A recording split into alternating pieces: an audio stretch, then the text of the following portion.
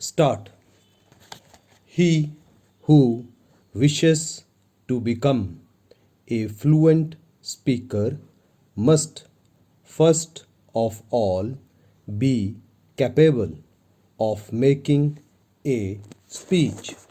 But it is a somewhat sad fact that some people are naturally incapable of expressing their thoughts verbally. Stop. It is no abuse of language, however, to state that even nature may be overcome, and the taciturn person may acquire such fluency as to surprise his friends by his eloquence. Stop.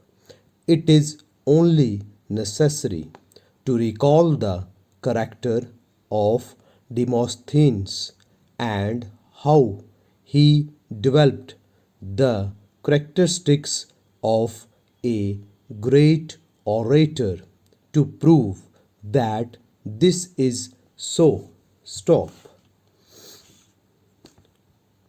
It is especially essential that familiarization with details of the subject be acquired beforehand, otherwise, a mortgage is placed on the chances of success by an insufficiency of facts when a sufficiency would probably mean unqualified success. Stop. With the precision of a mathematician, he should marshal his facts, familiarize himself with apt illustrations to establish them, and keep in view the immediate purpose of his speech. Stop. Then there are certain gestures which can be suited to circumstances with mathematical accuracy, but these should be as far removed as possible from merely mechanical action if the maximum results are to be attained. Stop.